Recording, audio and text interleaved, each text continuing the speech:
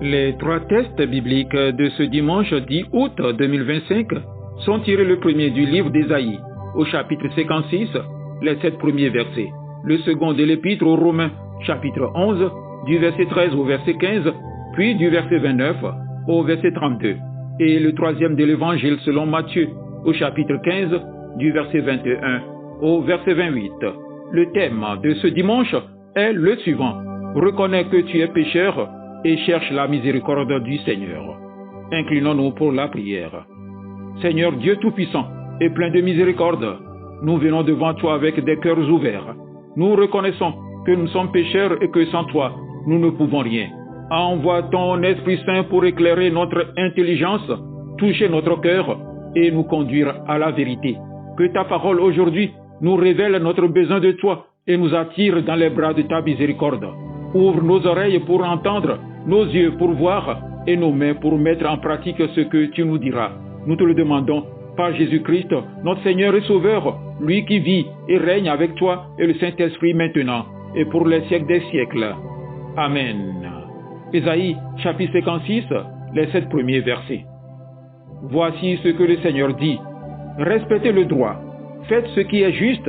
La libération que j'apporte est sur le point d'arriver. Vous allez découvrir que je veux vous sauver. Il est heureux celui qui fait ce que je dis, qui s'y tient solidement. Il est heureux celui qui respecte fidèlement le sabbat, qui évite toute action mauvaise. L'étranger qui s'est attaché au Seigneur ne doit pas penser. Le Seigneur va sûrement m'exclure de son peuple. Le muc ne doit pas se dire « Je ne suis qu'un arbre sec ». En effet, voici ce que le Seigneur affirme. Certains eunuques respectent mes sabbats. Ils choisissent de faire ce qui me plaît et s'attachent à mon alliance. Eh bien, à l'intérieur des murs de mon temple, je leur dresserai une pierre pour y graver leur nom.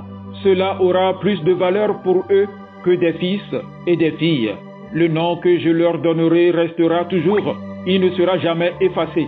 Certains étrangers sont attachés au Seigneur. Ils l'honorent, ils l'aiment et ils sont ses serviteurs. De cela, le Seigneur dit, tous ceux qui respectent fidèlement le sabbat, qui s'attachent à mon alliance, je les ferai venir sur ma montagne sainte, je les remplirai de joie dans ma maison de prière. J'accepterai les sacrifices et les dons qu'ils m'offrent sur l'autel. Oui, on appellera ma maison, maison de prière pour tous les peuples. Amen. Romains chapitre 11, du verset 13 au verset 15, puis du verset 29 au verset 32. Maintenant, vous qui n'êtes pas juifs, c'est à vous que je parle. Je suis l'apôtre de ceux qui ne sont pas juifs. Ce service est pour moi un honneur et je le rends en espérant augmenter la jalousie de mes frères et sœurs juifs pour en sauver quelques-uns. En effet, quand Dieu les a mis de côté, il a réconcilié le monde avec lui. Aujourd'hui, quand il les accueillera de nouveau, que va-t-il se passer? Ceux qui étaient morts reviendront à la vie. En effet, Dieu ne reprend jamais ce qu'il a donné. Il ne rejette jamais ceux qu'il a appelés. Autrefois, vous n'avez pas obéi à Dieu, mais maintenant, Dieu a eu pitié de vous parce que les Juifs n'ont pas obéi. Pour eux, c'est la même chose. Maintenant, ils n'ont pas obéi à Dieu pour que Dieu ait pitié de vous. Alors maintenant, eux aussi pourront recevoir la pitié de Dieu. Dieu a permis que tous les êtres humains refusent d'obéir pour montrer à tous sa pitié. Amen. Matthieu, chapitre 15, du verset 21 au verset 28. Ensuite, Jésus quitte cet endroit et il va dans la région de Tyr et de Sidon. Une femme de cette région, une cananéenne, arrive. Elle se met à crier « Seigneur, fils de David, aie pitié de moi. Ma fille a un esprit mauvais en elle. Elle va très mal. » Mais Jésus ne lui répond pas un mot. Ses disciples s'approchent de lui et lui disent « Fais partir cette femme. Elle n'arrête pas de crier derrière nous. » Jésus répond « Dieu m'a envoyé seulement pour les gens d'Israël, qui sont comme des moutons perdus. » Mais la femme vient se mettre à genoux devant lui en disant « Seigneur, aide-moi. » Jésus lui répond « Ce n'est pas bien de prendre la nourriture des enfants et de la jeter aux petits chiens. » La femme lui dit « Seigneur, tu as raison. Pourtant, les petits chiens mangent les miettes qui tombent de la table de leur maître. » Alors Jésus répond à la femme « Ta foi est grande, que les choses se passent pour toi comme tu le veux. » Et au même moment, sa fille est guérie. Amen. Frères et sœurs, La parole de Dieu aujourd'hui nous conduit sur un chemin simple mais décisif. Reconnaître notre péché et chercher la miséricorde du Seigneur. C'est un chemin d'humilité et parfois d'humiliation. Dans l'Évangile, Jésus lui-même semble dur avec une femme étrangère, mais c'est pour révéler la puissance de la foi et de la miséricorde.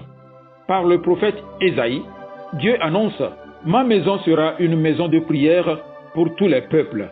Le salut n'est pas réservé à une élite religieuse. Peu importe ton passé, ton origine ou tes fautes, si tu viens à Dieu avec sincérité, la porte est ouverte. Quand tu te sens rejeté ou indigne, rappelle-toi que Dieu t'appelle à venir, non pas à cause de tes mérites, mais à cause de son amour. Oui, nous sommes tous pécheurs. Paul affirme, Dieu a enfermé tous les hommes dans la désobéissance pour faire miséricorde à tous. Autrement dit, nous sommes tous au même niveau, pécheurs ayant besoin de pardon. Cela enlève toute excuse à notre orgueil.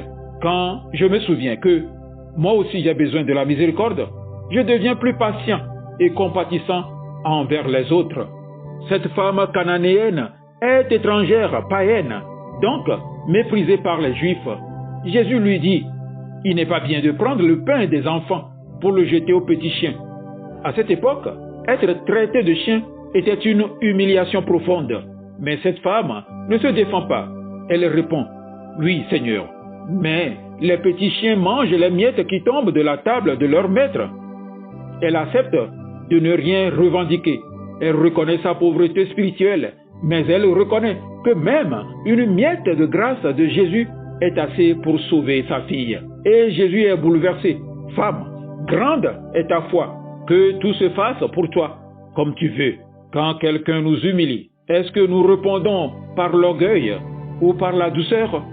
Quand Dieu semble silencieux ou dur, est-ce que nous abandonnons ou continuons-nous à prier avec persévérance? Acceptons-nous de dépendre entièrement de la grâce, même pour les miettes? Chaque matin, dis à Dieu humblement, Seigneur, j'ai besoin de toi aujourd'hui. Quand tu tombes, n'essaie pas de te justifier, mais cours à la miséricorde de Dieu. Quand tu vois un pécheur, ne le regarde pas de haut. Dis-toi, moi aussi, sans la grâce, je suis perdu. Frères et sœurs, la cananéenne nous enseigne que la foi véritable n'est pas fière. Elle est humble, persévérante et affamée de Dieu. Dieu ne résiste pas à un cœur qui reconnaît son péché et qui crie « Seigneur, viens à mon aide ». Même si tu te sens comme un chien aux yeux du monde, sache que, pour Jésus, ta foi peut déplacer les montagnes et t'ouvrir les portes de la miséricorde. Amen. Excellente journée dominicale à vous tous.